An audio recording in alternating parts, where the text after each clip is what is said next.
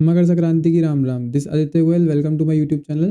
तो हम कंटिन्यू कर रहे हैं हमारी रिकर्जन प्लेलिस्ट को। तो उसमें अब नेक्स्ट क्वेश्चन होने वाला है सबसेट्स के ऊपर। ठीक है, तो अपन सब ने यार पहले अपन ने सब सेट थ्योरी अच्छे से पढ़ रखी है, universal set, Venn diagram, subsets वगैरह अपन ने पढ़ रखे हैं। ठीक है, तो अब जो ये क्वेश्चन है अपने को क्या करना है, एक सेट गिवन होगा, एक एरे गिवन होगा, उसके है ना अपने को सबसेट्स निकालने हैं, ऑल पॉसिबल सबसेट्स को अपने को प्रिंट करना है।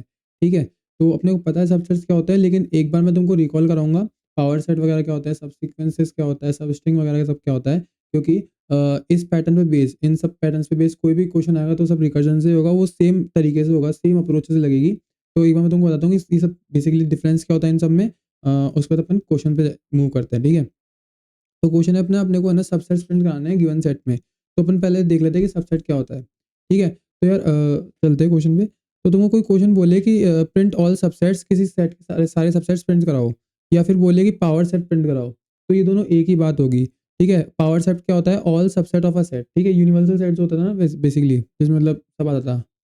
ठीक है, all subsets of a set. ठीक है, अब देखो ए और ए कॉमा भी मुझे एक सेट दे रखा है, इसका सबसेट क्या होगा, एक तो एम्प्टी सेट फाइव जिसको अपन बोलते थे, एक ए खुद, एक बी खुद और एक ए बी साथ में। ठीक है, ये इसके सबसेट्स हैं। ठीक है, both subset and power set of A B, ये पावर सेट भी है अपने आप में, और ये वाला ये जो इस ब्रैकेट के अंदर जितनी वैल्यू लिखी है ये ए बी के सबसेट्स भी हैं और ये ए बी के पावर सेट्स भी हैं। ठीक है, तो अगर तुमको कोई क्वेश्चन आए बोले कि भाई पावर सेट्स प्रिंट कराओ, तो वो क्या बोल रहा है, भाई सबसेट्स प्रिंट कराओ।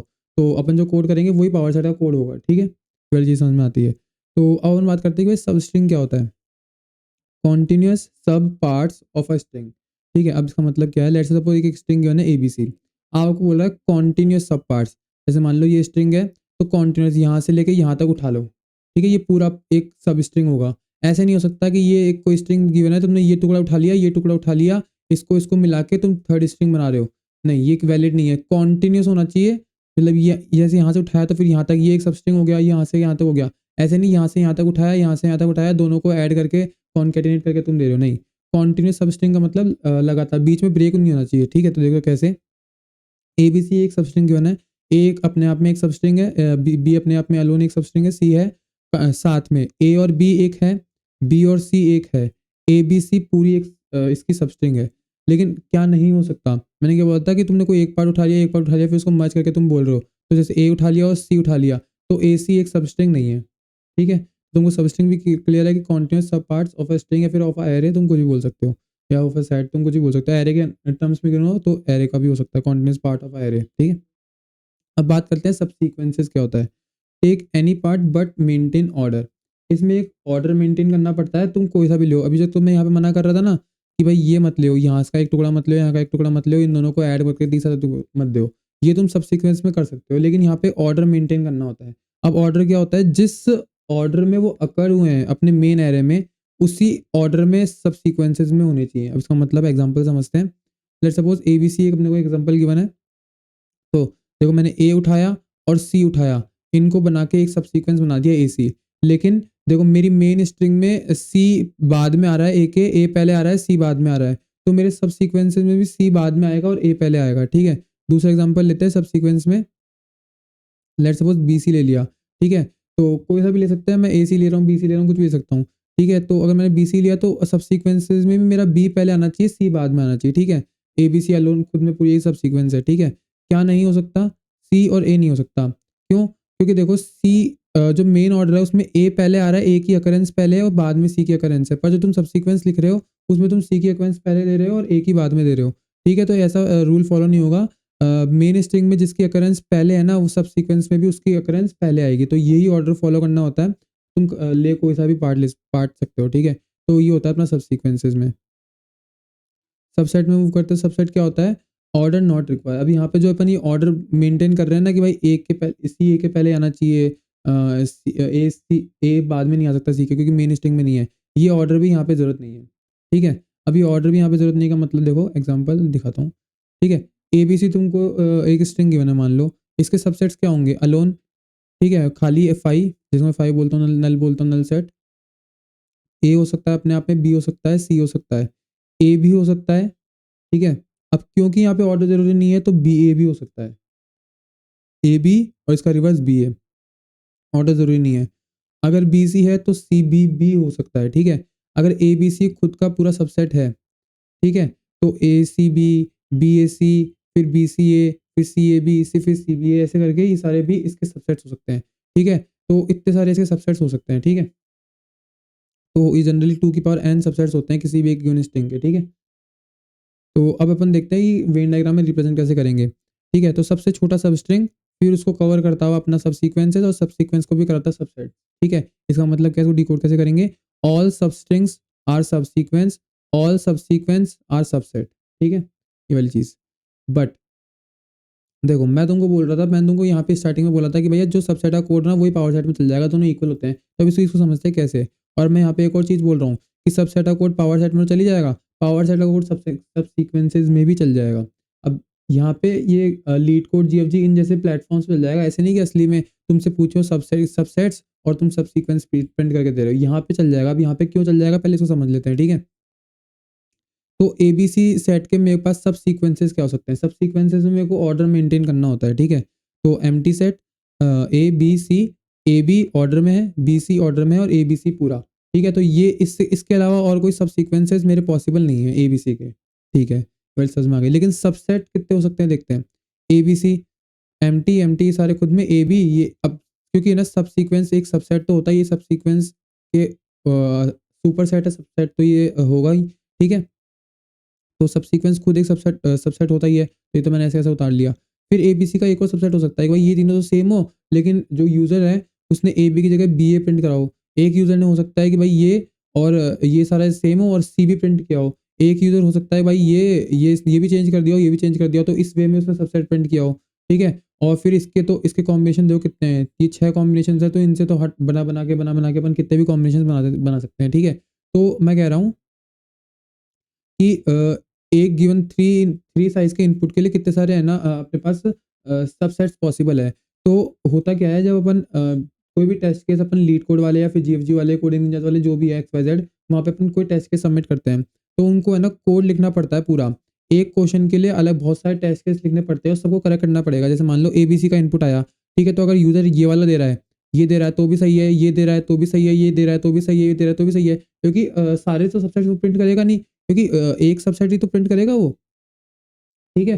तो उनको है ना अपनी तरफ से हेडेक लगानी पड़ती है कि भाई वो इसका भी, इसके लिए भी कोड लिखें, इसके लिए भी लिखें, इसके लिए भी लिखें, इसके लिए भी इसके लिए भी लिखें। क्योंकि यूज़र कुछ भी प्रिंट कर सकता है, ये प्रिंट कर दे, ये प्रिंट कर दे, ये प्रिंट कर दे, ये प्रिंट कर दे, क्योंकि बहुत सारे सबसेट्स पॉसिबल है ना। अब इनके साथ कॉम्बिनेशन बना के तो बहुत सारे सब्जेक्ट पॉसिबल है। तो वो बोलते हैं कि भैया इतने सारे मत प्रिंट कर, तू तो मेरे को एक यूनिक है ना, यूनिक वही प्रिंट कर दे, वो क्या है, सब सीक्वेंस। सब सीक्वेंस खुद एक सबसेट होता ही है, मैंने देखा ये वाला सबसेट है ही। तो बोले तू तो सब सीक्वेंस ही प्रिंट कर दे। बहुत सारे सबसेट्स हो सकते हैं पॉसिबल, पर मैं उनका कोड लीड कोड वाले खुद की तरफ से उनका कोड लिखते नहीं है, दिमाग खराब नहीं करते खुद का। वो बस बोलते हैं सबसेट बोला ठीक है, तो सब सीक्वेंस ही प्रिंट कर दे, ठीक है? तो अपन क्या करेंगे, सो ओनली सब सीक्वेंस, तो वो सब सीक्वेंस ही प्रिंट करवा लेते हैं। अब अपन क्वेश्चन पढ़ते हैं, तुम्हें क्वेश्चन समझ में आ जाएगा। Given an integer array nums of unique elements return all possible subsets. Subsets क्या होता है, वही पावर सेट अपन ने पढ़ लिया था। The solution set must not contain duplicate subset, return the solution in any order, ठीक है? अब देखो एनी ऑर्डर में सॉल्यूशन आ सकता है, तो है ना क्या बोलते हैं, ये ए बी पहले आ गया, बी सी पहले आ गया, ये वाली चीज़ बोल रहे हैं। लेकिन ये तुमको है ना सब सीक्वेंस से प्रिंट करना है यहाँ पे, ठीक है? क्योंकि वो है ना बैकएंड पे इतने सारे सबसेट्स का टेस्ट केस का इधर इसको इनपुट देके बैठे नहीं है कि भाई इनमें से कोई सा भी आए, यूज़र ये प्रिंट करा दे, ये करा दे, ये करा दे, ये करा दे, ये करा दे, ये करा दे, तुम उसको टिक कर देना, ठीक है? तो इसलिए मैं बोल रहा हूँ कि लीड कोड वगैरह जो भी प्लेटफ़ॉर्म्स हैं, इन पे कोई कहीं पे भी तुमसे पूछे ना सब सीक्वेंस कराओ, पावर सेट कराओ, सबसेट कराओ, तो यहाँ पे सेम कोड ही चलेगा, ठीक है? तो अब उन क्वेश्चन को पढ़ते हैं और समझते हैं। तो आप सबसे पहले तो यहाँ पे देखो क्या बोला है कि आपको यूनिक एलिमेंट्स गिवन है, ठीक है? यूनिक एलिमेंट्स गिवन है इनपुट में। आपसे है ना आउटपुट में डिमांड भी यूनिक एलिमेंट्स की करिए, डुप्लीकेट सबसेट अलाउड नहीं है। मतलब ऐसा नहीं है कि यहाँ पे 2 बार 2 आ रहा है, ठीक है? यहाँ पे 2 बार 2 आ रहा है। अब तुम बोलोगे कि भैया 2 बार 2 कैसे आएगा सबसेट्स में? मैंने तो देखा, मैं पागल थोड़ी हूँ कि 1 होगा, एम्प्टी होगा पहले तो, फिर 1 होगा, फिर 2 होगा, फिर 3 होगा, फिर 1 2 होगा, फिर 2 3 होगा और फिर 1 2 3 होगा। इसलिए ये पॉसिबल होंगे, लेकिन मैं क्यों करूँगा कि फालतू में अलग-अलग सबसेट्स बनाऊँ? मैं बोला रुको ज़रा, देखते जाओ, ठीक है? तो मैंने क्या बोला, पहले तो देखो यूनिक इनपुट आ रहा है, मैं छोटा टेस्ट केस ले लिया है 1, 2 के लिए, ठीक है? यूनिक इनपुट आ रहा है, मतलब इसमें कोई भी डुप्लीकेट वैल्यूज़ नहीं है। मैं नॉन यूनिक के लिए भी डायग्राम बना के दिखाऊँगा। तो ये मैं क्या बना रहा हूँ, रिकर्सिव ट्री बना रहा हूँ, ठीक है? रिकर्सिव ट्री बना रहा हूँ, जो भी स्पेलिंग ठीक है। रिकर्सिव ट्री बना रहा हूँ, ठीक है? तो मैं 1, 2 के लिए, इधर जो 1, 2, 3 का इनपुट है, मैं 1, 2 के लिए बना रहा हूँ, ठीक है? अब किसी सेट में ये 1 आ रहा है, ये देखो ये क्या एरे ऑफ एरेज़ हैं, ठीक है, छोटे-छोटे मतलब वेक्टर ऑफ वेक्टर चल रहा है, ठीक है।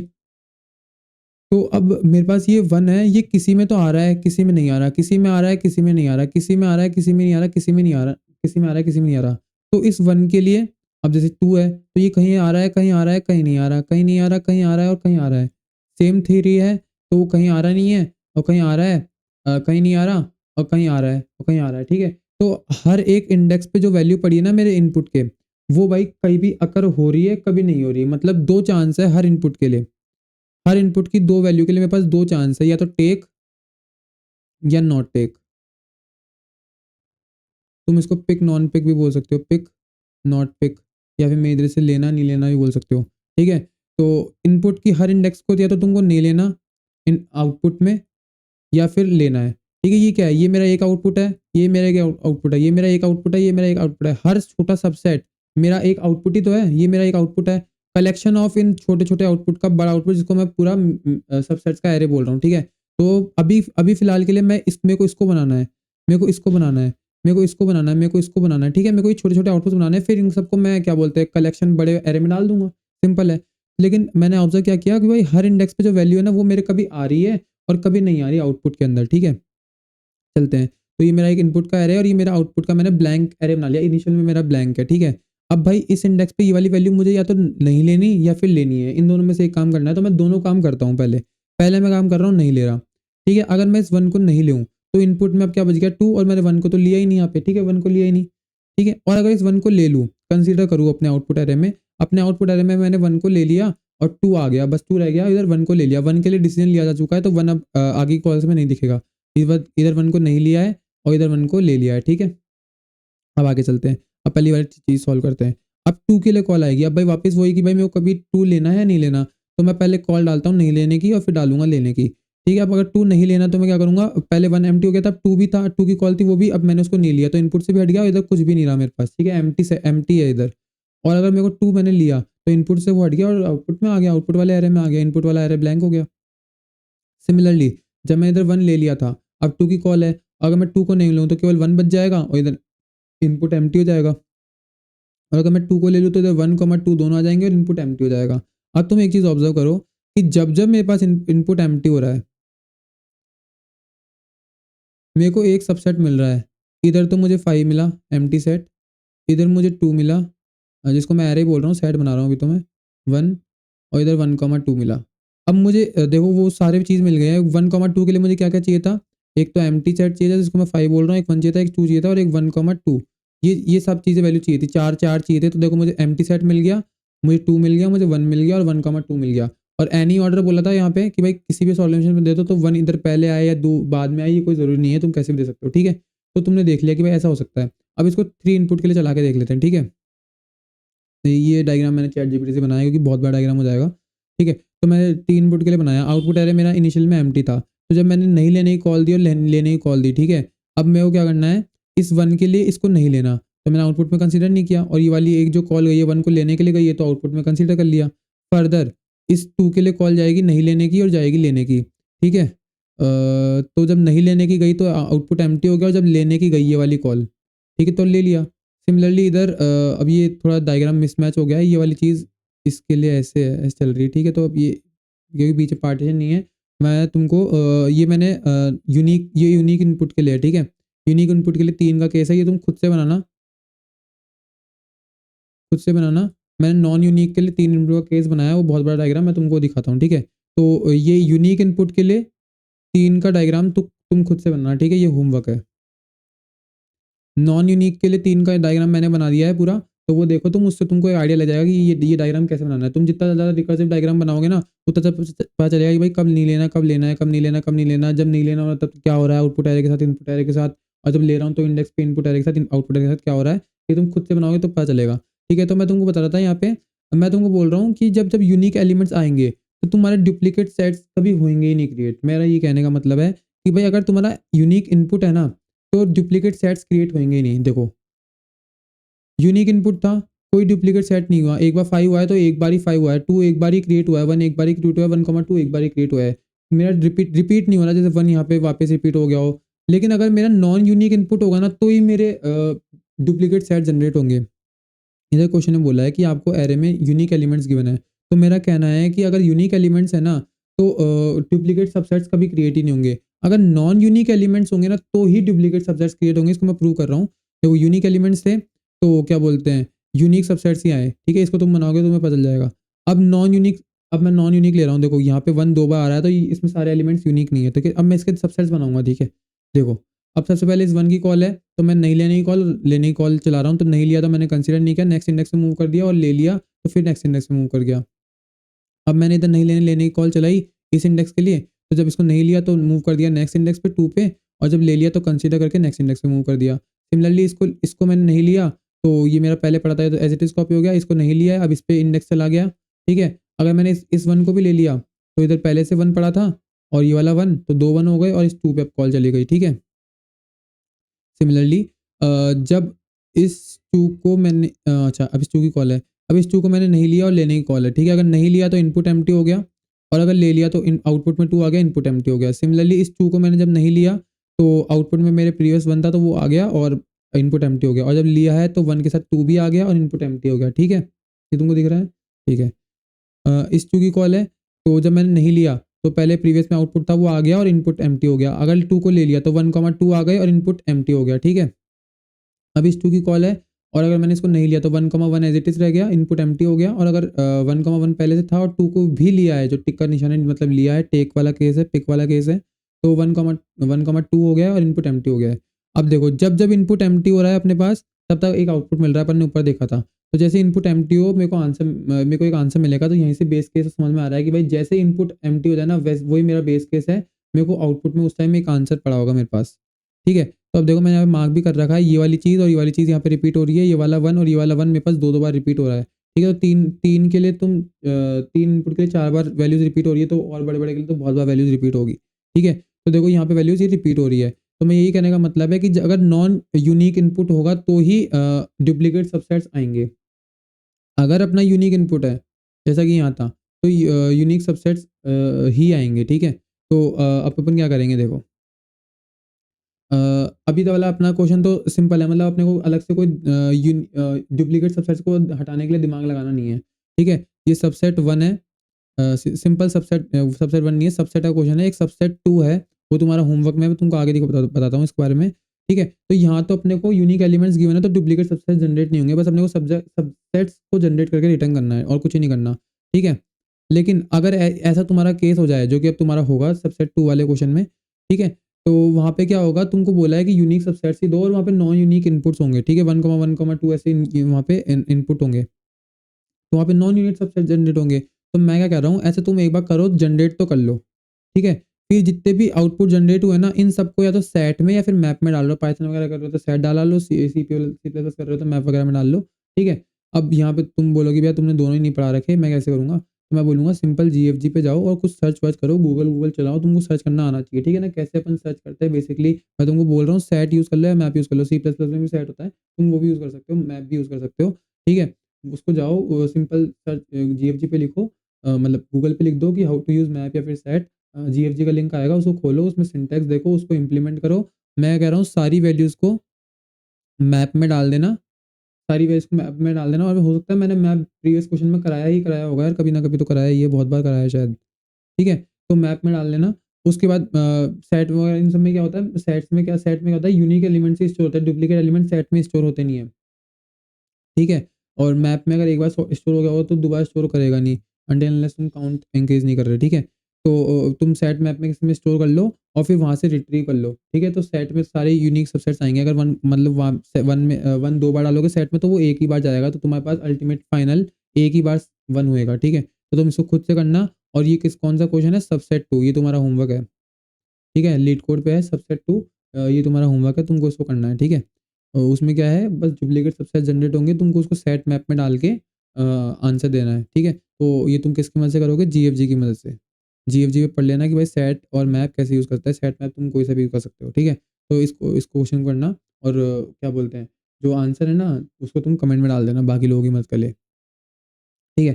तो अब अपन अपना वो क्वेश्चन समझ में आ गया है कि अपना जो क्वेश्चन है सबसेट वाला, उसमें अपने को एक वेक्टर गिवन होगा, उसके अपने को वेक्टर ऑफ वेक्टर बनाने हैं, जिसके अंदर सबसेट्स हो बेसिकली, ठीक है। तो अपने को क्या बोल रहा है एक सबसेट का फंक्शन गिवन है जिसके अंदर नम्स नाम का एक वेक्टर है और डिमांड हो रही है वेक्टर ऑफ वेक्टर की, मतलब एक सेट के अंदर छोटे-छोटे सबसेट्स वगैरह ऐसे, ठीक है, एरे ऑफ एरे, ठीक है, ये वाली चीज़ तुमको समझ में आ गई। तो मैं क्या करूँगा, आंसर जो मेरे को फाइनल भेजना है रिज़ल्ट वो बना लूँगा। अब जो एक सबसेट होगा ना, एक सबसेट जैसे ए कॉमा बी का, एक ए था, एक बी था, एक फाई था, एक ए कॉमा बी था, ठीक है, तो ये एक छोटा सबसेट है, इसको मैं पूरे को बड़े एरे में डालूँगा। तो ये जो मेरा बड़ा एरे है ना, ये तो मेरा रिज़ल्ट हो गया, और ये जो है ना, ये छोटे-छोटे, इसके लिए मैं करंट बना रहा हूँ, करंट। ये करंट मेरा ये होगा जब मेरे पास एक करंट के अंदर सारे पॉसिबल सबसेट्स आ जाएँगे, तो मैं इस करंट को इस रिज़ल्ट में पुश बैक कर दूँगा, ठीक है? तुमको समझ में आ रही है? अब इस फ़ंक्शन को कॉल कर रहा हूँ मैं, सॉल्व जो मेरा रिकर्सिव फ़ंक्शन फ़ंक्शन होगा, ये लेके जाएगा, करंट एरे लेके जाएगा, रिज़ल्ट एरे जाएगा, और 0 क्या है, इंडेक्स। अब इंडेक्स क्यों लिया भैया? इंडेक्स इसलिए लिया, देखो इनपुट एरे का इंडेक्स मूव हो रहा है। पहले यहाँ था, अब यहाँ आ गया, अब फिर यहाँ आ गया, फिर आगे बढ़ गया, फिर आगे बढ़ गया।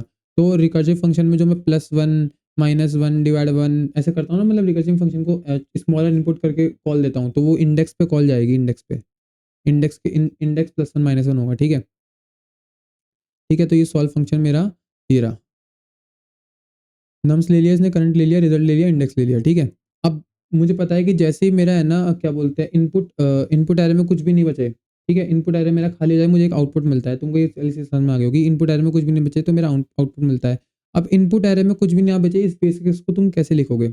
इनपुट एरे में कुछ भी ना बचे, इनपुट एरे की देखो यहाँ पे साइज़ क्या थी, 3, यहाँ पे 3 थी, हाँ, ठीक है।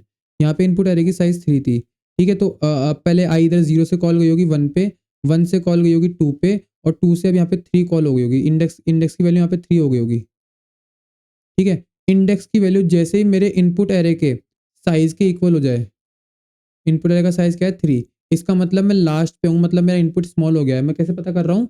जब मेरा इंडेक्स लास्ट पे पहुँच जाए, लास्ट पे कब पहुँचेगा? जब उसके ना जो नम्स एरे इनपुट एरे उसकी साइज़ के इक्वल इंडेक्स हो जाएगा तब। क्योंकि देखो n-1 तक, इंडेक्स n-1 तक होता है, तो वहाँ तक तो ट्रैवर्स कर चुका होगा, 0, 1, ये 2 की कॉल, और अब ये गई है 3 की कॉल, ये 3 की कॉल, तो यहाँ पे मुझे रुक जाना है, क्योंकि भाई इसके आगे कुछ है नहीं, क्योंकि इनपुट यहाँ पे खत्म हो चुका है। तो मैं क्या बोल रहा हूँ, भाई जब इंडेक्स नम डॉट साइज़ के इक्वल हो जाए ना, मतलब मेरा इनपुट एरे खत्म हो चुका है, और आउटपुट एरे में मेरा एक आंसर होगा। आउटपुट एरे कौन सा है? ये करंट। आउटपुट एरे को मैं क्या बोल रहा हूँ, करंट। ये मेरा करंट है, एक सेकंड यहाँ लिख देता हूँ।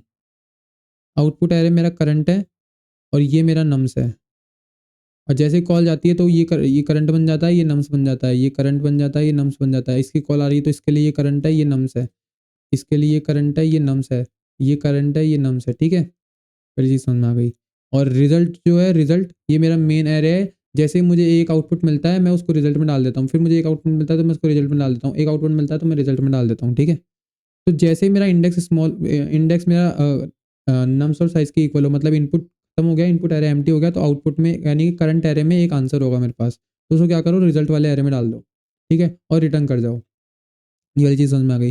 अब उसके बाद मैं क्या कर रहा था, मेरे पास 2 कॉल्स थी, या तो मेरे को लेना है या नहीं लेना, मतलब या तो नहीं लेना है या फिर लेना है, या तो एक्सक्लूड की कॉल है या फिर इंक्लूड की कॉल है, पिक की कॉल है, नॉन पिक की कॉल है, टेक की कॉल है, नॉन टेक की कॉल है, तुम कुछ ही बोलो, ठीक है? तो अब मैं क्या बोल रहा हूँ, जब मेरी एक्सक्लूड की कॉल है, जब मुझे नहीं लेना उसको, जब मुझे उसको नहीं लेना, तो मैं क्या कर रहा हूँ, देखो सिंपली है ना, यहाँ पे इस 1 के लिए कॉल थी, और मुझे इसको नहीं लेना था, मुझे इसको नहीं लेना, तो आउटपुट एरे में तो कुछ करना नहीं है, मतलब करंट एरे को मुझे कुछ छेड़ना नहीं है, वो जैसा का वैसा है, वैसा का वैसा रहने देना हूँ। इनपुट एरे में मुझे क्या करना है, मेरे को बस नेक्स्ट इंडेक्स पे मूव कर जाना है। मैंने इनपुट एरे के नेक्स्ट इंडेक्स पे मूव कर गया, ठीक है? नेक्स्ट इंडेक्स पे मूव कर दिया और कुछ भी नहीं किया हूँ। देखो, इस स्टेप में मैंने क्या किया, ये देखो बस। मेरा पहले पॉइंटर यहाँ था, तुमको ये चीज़ दिख रही है ना? ठीक है? ये मेरा पॉइंटर यहाँ पे था। मैंने क्या किया, मुझे इसको एक्सक्लूड करना है, इस वाले इंडेक्स को एक्सक्लूड करना है, तो बस मैं नेक्स्ट इंडेक्स पे मूव कर गया, यहाँ पे देखो, बस नेक्स्ट इंडेक्स पे मूव कर गया। जो मेरा करंट एरे था, जो मेरा आउटपुट एरे था, मैंने उसको छेड़ा ही नहीं, उसमें कुछ भी नहीं किया, ठीक है? तो जब मेरे एक्सक्लूड की कॉल हो, तो nums array, current array, result as it is pass कर दो, और इंडेक्स को +1 कर दो कि भाई नेक्स्ट इंडेक्स पे जाके देख, उसके लिए फिर एक्सक्लूड और इंक्लूड की कॉल चला, ठीक है? वापस से एक्सक्लूड और इंक्लूड की कॉल उसके लिए वापस आके चलेगी, ठीक है? तो मुझे करंट एरे को छेड़ना नहीं है। अब करंट एरे को छेड़ना कब है? इंक्लूड वाले केस में। जब मेरे को किसी नंबर को इंक्लूड करना है ना, जैसे यहाँ पे इंक्लूड किया था, तो मुझे करंट एरे को, आउटपुट एरे को छेड़ना है, ठीक है? जब मेरे इंक्लूड ही कॉल है, सबसे पहले तो क्या करना है कि भाई, जैसे मुझे किसी एलिमेंट को इंक्लूड करना है, लेट्स सपोज मुझे इस वाले इंडेक्स के इस वाले वैल्यू को इंक्लूड करना है, ठीक है? सबसे तो पहले क्या करना है, जो भी मेरा करंट एरे है, उसमें पहले क्या पड़ा हो मुझे कोई मतलब नहीं, बस पुश बैक कर दो इस 1 को इस जो पहले कुछ भी पढ़ाओ, मुझे बस इसके पुशबैक करना है। तो इस नम्स, ये क्या है नम्स, ये क्या है इंडेक्स, तो नम्स के इंडेक्स पे जो कुछ पढ़ाओ उसको करंट में पुशबैक कर दो। ये क्या है करंट, नम्स का इंडेक्स को करंट में पुशबैक कर दो। पहले सबसे पहले तो ये काम करो, कर दिया, ठीक है। तो नम्स के इंडेक्स को पुशबैक कर दिया करंट एरे में। उसके बाद क्या करना है, कर दिया। अब इसके आगे इस वाले के लिए कॉल चला दो, इसके लिए कॉल चला दो। ये पुशबैक कर दिया, अब इसके लिए कॉल चलानी है, ठीक है। तो वो कैसे चलाएंगे देखो, सिंपल है, नम्स करंट रिजल्ट और इंडेक्स प्लस वन, ठीक है। अभी मेरा इंडेक्स कहाँ था, अभी मेरा इंडेक्स यहाँ था। अब इसके लिए कॉल चलेगी, इस वाले के लिए कॉल चलेगी, ठीक है। अब इस वाले के लिए कॉल चलेगी कि ये तो करंट एरे में पुश हो चुका है, तो अब इस वाले के लिए कॉल चलेगी, ठीक है। अब इसके लिए कॉल चल गई। अब उसके बाद क्या करना है, अब मैं बोल रहा हूँ कि पॉप बैक क्यों किया है, इसका मैं आंसर देता हूँ। देखो, पॉप बैक मैंने इसलिए किया है कि जब मैं प्रीवियस स्टेज पे जाऊँगा तो मुझे अवॉइड करना है कि मतलब अननेसेसरी बाद में चेंजेस ना हो जाए। देखो एग्जांपल इसका मैं कैसे लूँगा, लेट्स सपोज मैंने एक्सक्लूड करता हुआ मैंने इंक्लूड किया। यहाँ पे मैंने इंक्लूड किया तो यहाँ पे पुश बैक हुआ होगा करंट एरे में, तो 1,2 होगा, ठीक है।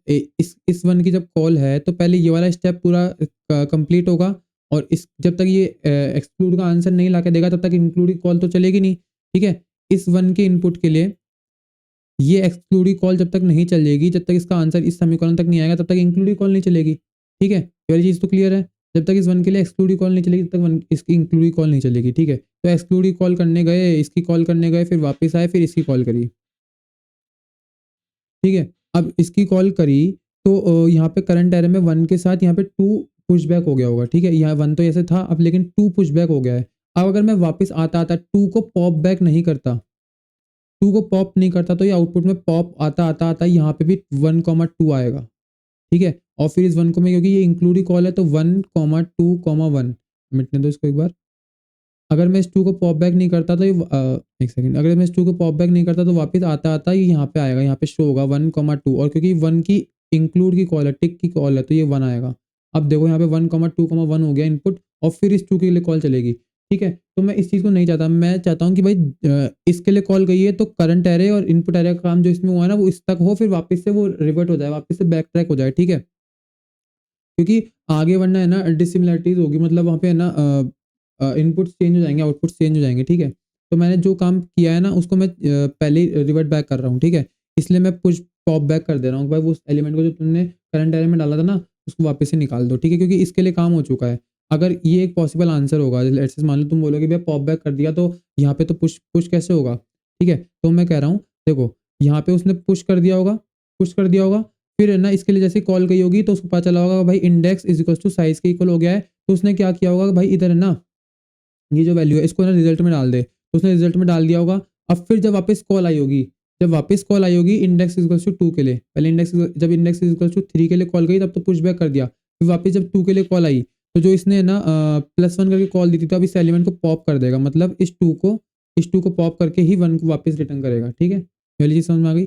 एक बार नहीं समझ में आई तो तुम ड्राई रन करो, इस वाले टेस्ट केस के लिए कर लो चाहिए केवल, ठीक है। इतने से के लिए कर लो, तुमको समझ में आ जाएगा, ठीक है। तो ऐसे करके मेरी पूरा फ्लो काम कर रहा है। मैं क्या कर रहा हूँ भाई, अगर जैसे मेरा इनपुट एरे खत्म हुआ, मतलब वो कैसे पता चलेगा, इंडेक्स जब मेरे नम डॉट साइज के इक्वल हो जाएगा, मतलब नम डॉट साइज का जो भी एरे था ना उसके पॉइंटर ये वाला इसको ना पॉइंट करके यहाँ पे एरे के बाहर पॉइंट करेगा। इसका मतलब है कि मैं पूरे इन नम्स वाले एरे को ट्रेवर्स कर चुका हूँ, पूरा इनपुट ट्रेवर्स कर चुका हूँ, अब कुछ भी नहीं बचा है। तो करंट में आंसर होगा उसको रिजल्ट में डाल दो। उसके बाद एक एक्सक्लूड की मेरे को नहीं लेना उसकी कॉल चला दो, और एक इंक्लूडिंग कॉल चला दो, ठीक है। इंक्लूडिंग में कॉल कैसे चला रहा हूँ, पहले आउटपुट एरे में उसको पुशबैक कर रहा हूँ, फिर नेक्स्ट इंडेक्स की कॉल दे रहा हूँ, और फिर वापस आके जो पुशबैक किया था ना उसको रिमूव कर रहा हूँ। क्यों, क्योंकि आगे की कॉल्स में वरना है ना आउटपुट और इनपुट चेंज हो जाएंगे, इसलिए मैं ये नहीं चाहता, तो मैं इसको अवॉइड कर रहा हूँ, ठीक है। अब एक बार पहले इसकी टाइम कॉम्प्लेक्सिटी देख लेते हैं। इसकी टाइम कॉम्प्लेक्सिटी है यार टू की पावर एन क्रॉस एन। अब ये क्यों, टू की पावर एन सबसेट्स पॉसिबल होंगे पहली बात तो, ठीक है। टू की पावर एन सबसेट्स पॉसिबल होंगे।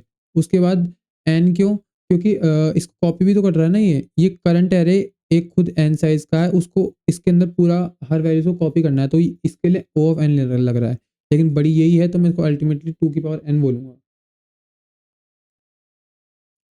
और स्पेस कॉम्प्लेक्सिटी क्यों, क्योंकि रिकर्जन स्टैक है, ये कॉल्स स्टैक ले रही होगी तो एन केसेस के लिए एन कॉल्स जाएगी, इसलिए इसकी पावर टू टाइम कॉम्प्लेक्सिटी होगी टू की पावर एन। और इस चेक स्पेस के लिए O ऑफ n, ठीक है। तो ये वाला कोड है। अब तुम बोलोगे भाई टाइम कॉम्प्लेक्सिटी तो बहुत ज़्यादा है, पर मैं बोलूँगा रिकर्जन प्रॉब्लम्स की इतनी ही होती है। इनको ऑप्टिमाइज़ करते हैं हम डायनामिक प्रोग्रामिंग से, जो अपन बाद में करेंगे, ठीक है।